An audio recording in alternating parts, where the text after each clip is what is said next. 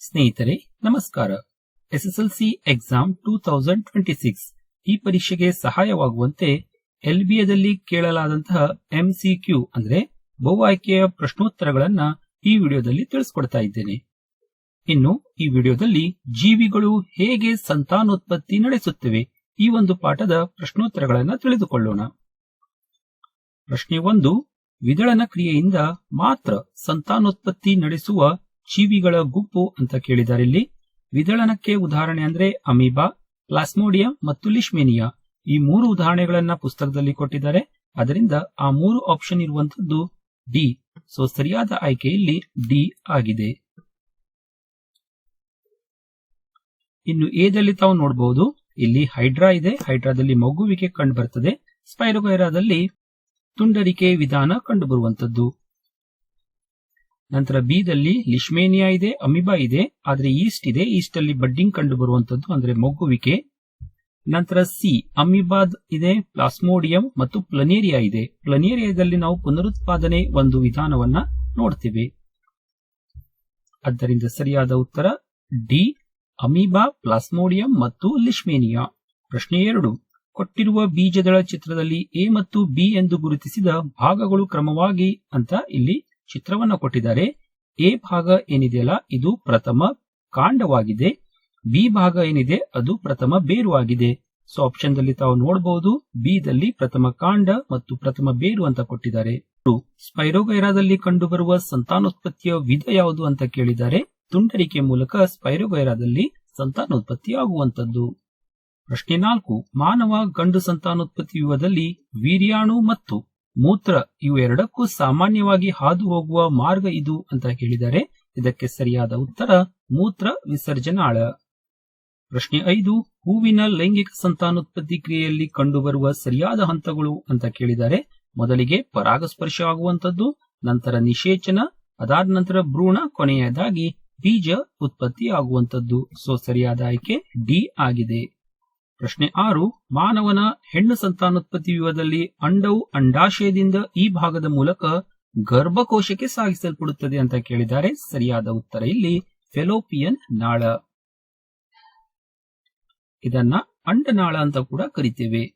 7ನೇ ಪ್ರಶ್ನೆ, ಮಾನವರಲ್ಲಿ ಲೈಂಗಿಕ ಸಂಪರ್ಕದಿಂದ ಸಾಮಾನ್ಯವಾಗಿ ಹರಡುವ ಬ್ಯಾಕ್ಟೀರಿಯಾ ಸೋಂಕು ಅಂತ ಕೇಳಿದ್ದಾರೆ. ಬ್ಯಾಕ್ಟೀರಿಯಾ ಸೋಂಕು ಯಾವುದಂದ್ರೆ ಇಲ್ಲಿ ಗೊನೆರಿಯಾ. ಉಳಿದ ಎಲ್ಲ ಸೋಂಕುಗಳು ವೈರಸ್ನಿಂದ ಹರಡುವಂತದ್ದು. ಪ್ರಶ್ನೆ 8, ಮಾನವರಲ್ಲಿ ಲೈಂಗಿಕ ಸಂಪರ್ಕದಿಂದ ಹರಡುವ ವೈರಸ್ನ ಸೋಂಕು ಯಾವುದಂತ ಕೇಳಿದ್ದಾರೆ. ಇಲ್ಲಿ ಏಡ್ಸ್ ವೈರಸ್ನಿಂದ ಹರಡುವಂತದ್ದು. ನಂತರ ಸಿಫಿಲಸ್ ಬ್ಯಾಕ್ಟೀರಿಯಾದಿಂದ ಹರಡುತ್ತದೆ.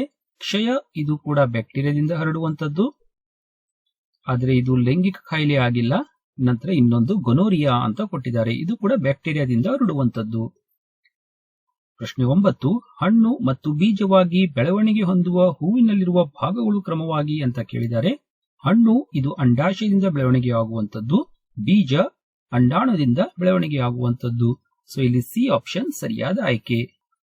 ಪ್ರಶ್ನೆ 10, ಮಾನವರಲ್ಲಿ ವೃಷಣಗಳು ಕಿಬ್ಬೊಟ್ಟೆಯ ಹೊರಗೆ ವೃಷಣ ಚೀಲದಲ್ಲಿರುತ್ತದೆ. ಇದಕ್ಕೆ ಕಾರಣ ಏನಂದ್ರೆ ವೀರ್ಯಾಣುಗಳ ಉತ್ಪಾದನೆಗೆ ಅಗತ್ಯವಿರುವ ಉಷ್ಣತೆಯನ್ನು ನಿರ್ವಹಿಸಲು. ಯಾಕಂದ್ರೆ ವೀರ್ಯಾಣುಗಳು ಉತ್ಪತ್ತಿಯಾಗಬೇಕಂದ್ರೆ ದೇಹದ ಉಷ್ಣತೆಗಿಂತ ಕಡಿಮೆ ಉಷ್ಣತೆಯ ಅವಶ್ಯಕತೆ ಇರ್ತದೆ. ಪ್ರಶ್ನೆ 11ರಲ್ಲಿ ಒಂದು ಚಿತ್ರವನ್ನು ಕೊಟ್ಟಿದ್ದಾರೆ. ಈ ಚಿತ್ರದಲ್ಲಿ ವ್ಯಕ್ತವಾಗಿರುವ ಜೈವಿಕ ಪ್ರಕ್ರಿಯೆ ಯಾವುದು ಅಂತ ಕೇಳಿದ್ದಾರೆ. ತಾವಿಲ್ಲಿ ಪ್ಲನೇರಿಯಾದ ಒಂದು ಸಂತಾನೋತ್ಪತ್ತಿಯ ಚಿತ್ರವನ್ನು ನೋಡ್ತಾ ಇದ್ದೀರಿ. ಪ್ಲನೇರಿಯಾದಲ್ಲಿ ಪುನರುತ್ಪಾದನೆ ಕಂಡು ಬರ್ತದೆ. ಆದ್ದರಿಂದ ಸಿ ಆಪ್ಷನ್ ಇಲ್ಲಿ ಕರೆಕ್ಟ್ ಆಗಿದೆ. ಪ್ರಶ್ನೆ 12, ಲಿಶ್ಮೇನಿಯಾದಲ್ಲಿ ದ್ವಿವಿದಳನದ ಸರಿಯಾದ ಕ್ರಮ ಅಂತ ಇಲ್ಲಿ ಚಿತ್ರ ಕೊಟ್ಟಿದ್ದಾರೆ.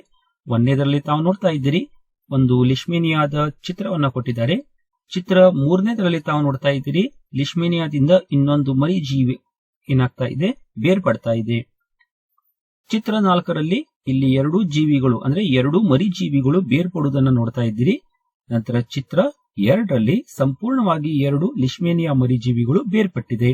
ಆದ್ದರಿಂದ ಸರಿಯಾದ ಆಯ್ಕೆ 1, 3, 4 ಮತ್ತೆ 2. ಇದನ್ನ ನಾವು ಆಪ್ಷನ್ ಬಿ ದಲ್ಲಿ ನೋಡಬಹುದು. ಪ್ರಶ್ನೆ 13, ಏಡ್ಸ್ ಇದು ವೈರಸ್ನಿಂದ ಹರಡುವಂತದ್ದು. ಅದೇ ರೀತಿ ಪ್ರಜನಾಂಗದ ಗುಳ್ಳೆಗಳು ಕೂಡ ವೈರಸ್ನಿಂದಲೇ ಹರಡುವಂತದ್ದು. ಪ್ರಶ್ನೆ 14, ಹಣ್ಣಾಗಿ ಬೆಳೆಯುವ ಹೂವಿನ ಭಾಗ ಮತ್ತು ಸಸ್ಯದ ಬೇರಾಗಿ ಬೆಳೆಯುವ ಬೀಜದ ಭಾಗ ಕ್ರಮವಾಗಿ ಅಂತ ಕೇಳಿದ್ದಾರೆ. ಹಣ್ಣಾಗಿ ಬೆಳೆಯುವ ಹೂವಿನ ಭಾಗ ಅಂದ್ರೆ ಅದು ಅಂಡಾಶಯವಾಗಿದೆ. ಬೇರಾಗಿ ಬೆಳೆಯುವ ಬೀಜದ ಭಾಗ ಅಂದ್ರೆ ಅದು ಪ್ರಥಮ ಮೂಲ ಆಗಿರುವಂತದ್ದು. ಸಿ ಆಪ್ಷನ್ ದಲ್ಲಿ ಆ ಎರಡು ಉತ್ತರವನ್ನು ನಾವು ಇಲ್ಲಿ ನೋಡಬಹುದು. ಪ್ರಶ್ನೆ 15. ಪ್ಲನೇರಿಯಾದಲ್ಲಿ ಮರಿಜೀವಿಗಳ ಉತ್ಪಾದನೆಯಲ್ಲಿ ಕಂಡುಬರುವ ಪ್ರಕ್ರಿಯೆ ಯಾವುದು ಅಂತ ಕೇಳಿದರೆ ಪ್ಲನೇರಿಯಾದಲ್ಲಿ ಪುನರುತ್ಪಾದನೆಯನ್ನ ಕಾಣಬಹುದು. ಪ್ರಶ್ನೆ 16.